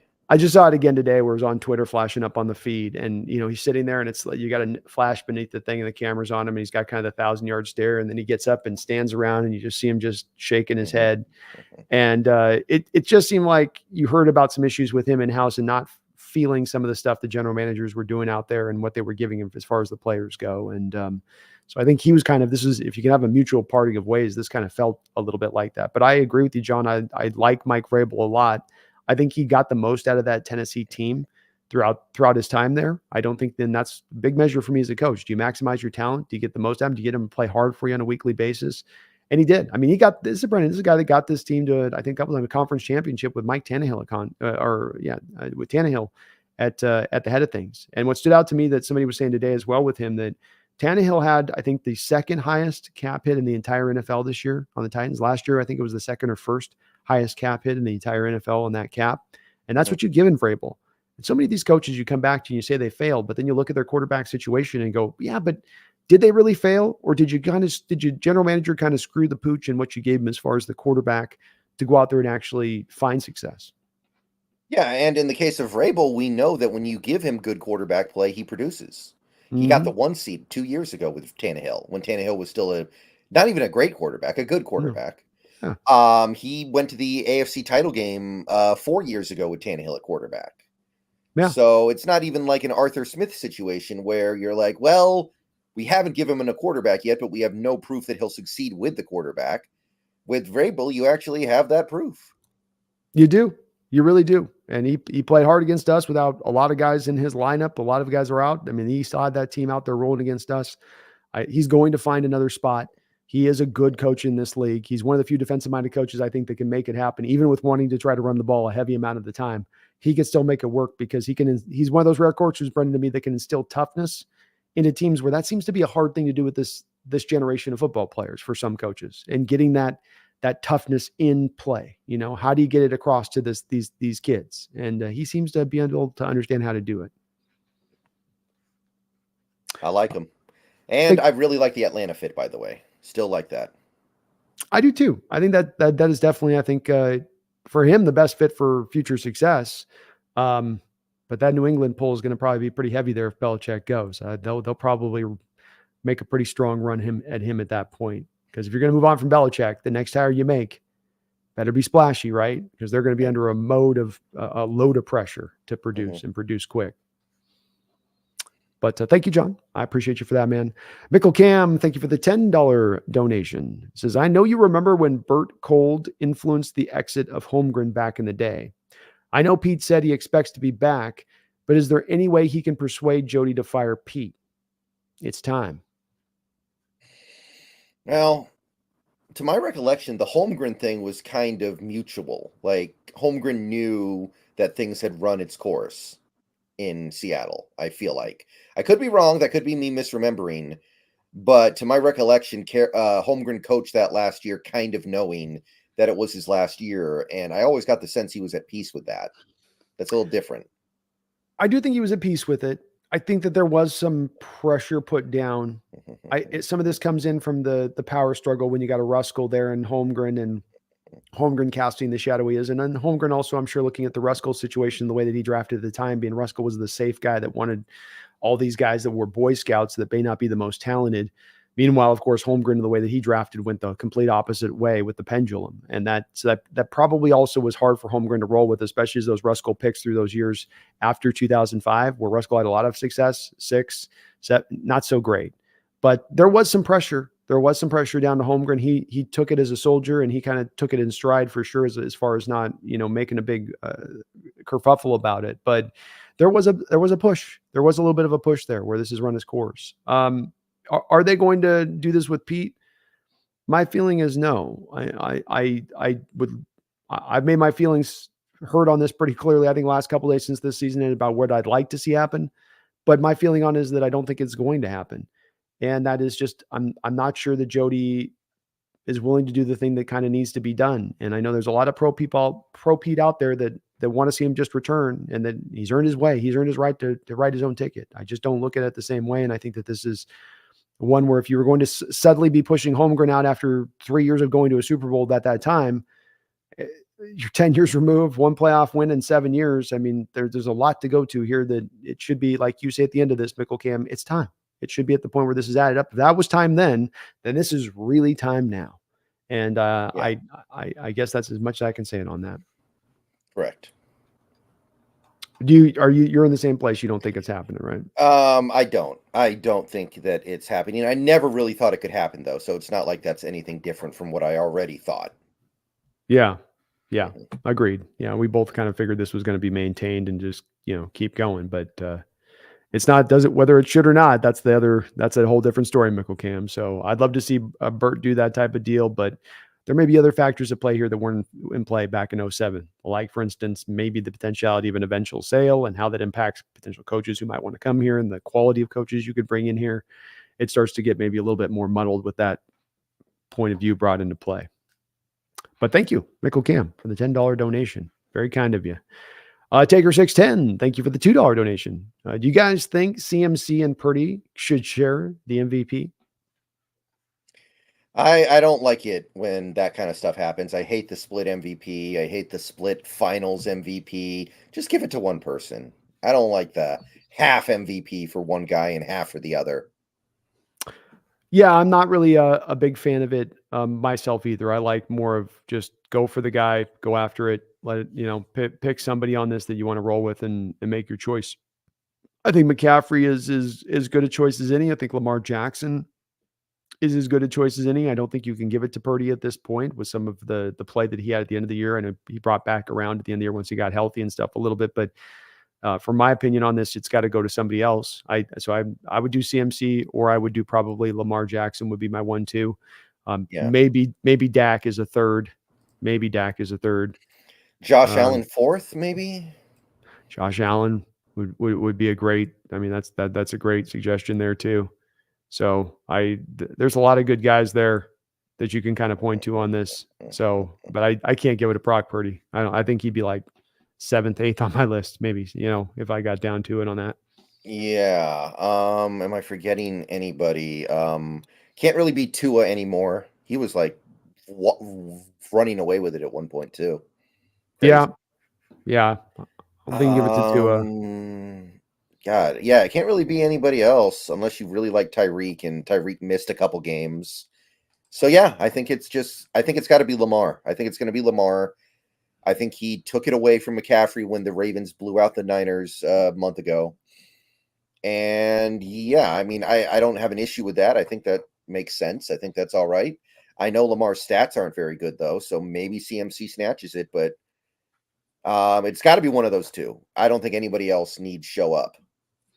Yeah. He still ended up running, even with them dialing back on the amount of runs he had this year. Lamar still ended up going for 820 yards on the ground this season. Mhm. 5 more touchdowns on top. So you do add that a little bit to his statistics. And though he does only have 3,600 yards passing, throwing that in there and how good that team was, I'll go CMC, Brennan. San Francisco ran that horse until it had one leg and then kept running on that horse until another hoof got thrown or horseshoe got thrown. And then they still kept riding it throughout the season. He was the engine that in many ways made that offense roll. And I think if I looked at the most impactful player this year and across the board, he's got to be the guy to me that when I think about this, it was Lamar and how, I got to probably give it to him. Yeah, it's tough. It is tough. Because, we know that quarterback is by far the most important position, and it's so hard for a non-quarterback to impact the game the way the quarterbacks do. It really is. It really is. And they don't get it often, and you have a damn good season to do it. But what CMC, 1,600 yards, almost 1,000 yards receiving, right? Almost 2,500 yards, something like that in the neighborhood of that as far as his total production goes. Hard not to hand it to him at that point. I guess 1,450 yards technically speaking, but I want to see what he had real quick here, Brennan, on receiving yards. Yeah, so 67 receptions, only 564 yards, but another 7 touchdowns in the air. I don't know. That's 2,000 yards of offense, over 20 touchdowns. I think you Efficient got offense, yeah. Yeah, efficient offense, one of the more dominant offense in the league, maybe the most dominant. I'll go with that one. I feel good Yeah. about that. Yeah. Thank you, Taker. Appreciate you, Taker, and thank you for everybody, all the donations today. Very kind of you all. So I think we've kind of looked through this game for the ups and downs and what it is and what happened. we're going to just kind of preview a little bit here in a second of what we got for our offseason coverage here, folks, lined up and planned this offseason. As Brendan's done some great work on getting us set up and trying to put our minds together on how we can kind of bring you guys some different content and different stuff this offseason. So we got that on track here. The cigar gate, I don't want to dwell too long on it. I'm not trying to make it too big of a deal. I do think there is some deal to be made within it, in that I do think that there's a story to be told within those pictures. I was trying on my live stream last time to go between two pictures, of one being the shot in the locker room in 2012 after the Atlanta Falcons loss and where that team was after playoff game, versus where this team seemed to be kind of from a mindset after this game. Do you give anything to it, or is it am I overblowing it? No, I don't think you're overblowing it. I don't think you're overblowing it. It's something that I didn't think much of at the time, but started to bug me the more I think about it. The way it's very hard for me to believe the whole Julian Loves kid thing. That doesn't make sense to me. He was born, 2.5 weeks ago? Yes. So I think that's just a cover story. I think they brought the cigars thinking they were going to make it. Then they didn't make it, and they were like, whatever, let's smoke it anyway. Mm-hmm. And that's not good. That's not good. That highlights the fact that maybe some of these players need to get out of here just because of that, because the culture's gotten out of control. It definitely speaks to me. The culture's not right. Doesn't mean the culture's fully broken, but we don't got this thing in the right place where that mindset is that way. And I just go back between these two pictures of those times when people go, well, one was after a playoff game where we just lost the game and the defense gave the play. We just had the deal. This one was after a win where the bottom line is your season comes to an end. And one team and the looks on the faces of one players, be it the Sherman, a Chancellor, or any of those guys in that locker room, was, this cannot happen again. This is unacceptable. We are not going to let this fly ever again. And we're going to come into this offseason and we're going to attack it with a manner and approach like no one else in the NFL, because this is so unacceptable and this doesn't sit right with us. And I sometimes feel like that's the kind of special, unique feeling that you have to have in your soul to rise above the rest of this very tough NFL competition. You've got to do something more special mentality-wise to get up above the rest. And if you're just kind of happy to be there, if you're just happy to get it done and get it through, if it's just, I'm going to do the bare minimum kind of in what I do out there, and there's a lot of bare minimum on that football field at times this year, especially from some of the defenders out there on the team, to be smoking cigars, especially. You guys didn't do your part, most especially. It does call into my mind a little bit of, man, this needs to be beyond already so many things that we're talking about need to be fixed on the field, X's and O's, discipline, tackling. Now we've got a little bit of a worry and concern here as well, to me, a little bit on, do we got the locker room in the right mental state here to get to a championship mindset? They talk a lot about championship opportunities, but do we really have a championship mindset in this locker room right now? Doesn't feel like it. No. And that kind of thing is kind of emblematic of it. And it's not the first thing that's happened recently that makes us question the culture of this team right now. And for Pete to just completely blow it off when they asked him about it, like that has to bother you. It does. It has to. It should be. I want a coach there to say that they're going to hear about that from me. We're going to understand that that's not going to fly here ever. Or just something. Just give me something at that point. I know maybe he's trying to protect the players and give enough time to put a cover story so that it becomes less of an issue and protect the team and don't try to blow the story up more further. But boy, you even heard it, when I heard KJ talking about that, he got like 6-7 text messages on his phone, Brennan, from former players hitting him up. Former, I'm sure, champions who knew what it takes and that they were upset about it. So you as a fan can be like, well, it doesn't bother me at all. It bothered those LLB guys, those guys that referenced about that picture that loss at Atlanta was not enough, that they were going to come back. It bothered them. They didn't sit right with them. And that, I think, should tell the average Seahawks fan something about this cigar thing and whatnot. I don't want to blow it up too much, but it certainly does say something. Maybe it doesn't tell you everything, but it tells you something. Garth Knight, thank you for the $5 donation. Says, fellas, can we count on Bert Cold to move through his network of contacts to get Harbaugh here? Vulcan has fixers that move things along. Fixers and cleaners. I always like those terms for billionaires. Thank you, Garth, man, for all your donations, brother. You've been awesome here the past couple of days and all of your support. Hopefully Bert is in Jody's ear. Hopefully she's listening to the committee, and hopefully the committee is operating with an understanding. This is all I operate with, ask them to operate with. They don't have to come to my conclusion on this situation or your conclusion, Brendan, but would you say this is fair? Whatever decision you come to said committee, if I was standing in the room trying to make my pitch to him, I'd say, whatever you guys are going to do, the overriding drive behind you should not be what happens with this trust or how the liquidation goes or what the sale should be done. The thing that mattered to Paul, what he would have wanted with this, is for this team to continue to be guided in the right and proper fashion by how he saw it needing to be run when he took over this team in 97. Are you operating in that mindset? Are you operating with his spirit pushing through this room to drive this decision? Or are you taking into account other factors that separate you from that? That'd be my question to that committee. Would you think that's a fair way of putting it to him?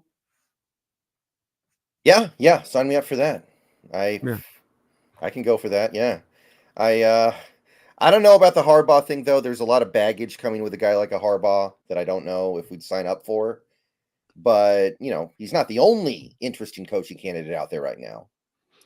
Certainly not. He is the guy, of course, for me, that's been my guy that I would love to bring in for a couple of different reasons. I don't think that I wouldn't push back against anything you said about the baggage. That's real. That's there. But I do like, I love what Harbaugh would bring here. And I think that much like somebody said in the comment above about Brady will bring in what he would bring in, a lot of that same kind of stuff you'd have brought in with Harbaugh, and you got an offensive-minded coach at the same point doing it. Something that I think we talk about this culture, locker room, and what needs to be brought in as far as mentality goes. These are the type of coaches that sort of feel like what we need to be brought in here, where things are just a little bit too loosey-goosey, a little bit too laid back, a little bit too Hawaiian Friday. We gotta button it up a little bit, I think, here, if we're going to get back to the top of the stack. My opinion of things. But Garth, thank you for all the donations. Brennan, let the folks know what we got lined up here in just general terms. We don't have to go through all of the shows, of course, but what do we got lined up this offseason for the B&B show? As we'll be coming on every Thursday, not this Thursday, but next Thursday, kicking off the offseason look here. Well, obviously the team could do something that would change our plans a little bit. The team could come in with a big wrecking ball on my schedule here. Which, look, if they want to do it, I got no complaints with it. I wouldn't be upset about it. But next week, we're planning on doing a first postseason look at the upcoming draft. Big board / mock draft type stuff. That's going to be next week. Then we start on the off-season trek. We start going through salary cap. We start figuring out how we're going to use the salary cap. We're going to figure out how we can make the salary cap more palatable for this offseason. We're going to talk about our players that might be leaving at the end of the year, the next week after that. Then next couple weeks, we're going to talk about some outside free agents that could maybe be brought in to help out a little bit. And then at that point, we open up on the draft. We get to the actual free agency mid to late March. We'll open up on that, of course. I'm sure we'll do something. And then April is all about prospect analysis. So we've got a lot of stuff planned coming up. A lot locked up. So the season may be over, but here at the B&B show, we don't slow down one iota. So keep an eye for you folks. Get those notifications out for both of our channels, Seahawk Brendan Nelson here at the Hawks Nest, as we will be getting these shows out. It will be a Thursday, locked in, 7 o'clock Pacific Standard Time. But we will be also, as Brendan said, be doing emergency streams if there happens to be some breaking down the pike news that comes that we've got to, we got to address. We got to jump on, especially if it happens to be major, which might just happen. You never know. Brendan, it's been, an honor and a pleasure doing this with you now. I think we've been 3 years into doing the B&B show and doing this, these weekly breakdowns. I know we're not stopping anywhere in this offseason, but nonetheless, it's been good as we kind of close the book up here in 2023 on this football season. So thank you, man, for doing this with me on a weekly basis and making the time to chop it up and whatnot. I've loved doing this, man. Yeah, I have loved doing this as well. So it doesn't stop, though. We are not done at all. Oh, no. We're just getting warmed up, as Al Pacino would say. So we will be back at you, not this Thursday, but the next Thursday here with the B&B show on some of that early draft coverage. Hey, we're going mock draft next week. Get ready. Mock draft season is upon you. Prepare yourselves. So until that time, please hit the like button here on this video. Please get subbed up to both of our channels, Seahawks Brendan Nelson, the Hawks Nest here, as I really would appreciate it. We're back in a week. The season is over, but we still continue to fight. We're going to make this team better. We're going to improve. Hopefully find a little bit of light at the end of what has been a little bit of a dark tunnel this season, as we do not get to the playoffs this year. But this year will turn around fast. We got a lot of great young talent. There's a lot of exciting parts to this team nonetheless, and maybe some major moves on down the way. So do not lose hope. my Seahawk faithful. Keep it out there. And please, by God, don't you ever forget. Go Hawks. Go Hawks.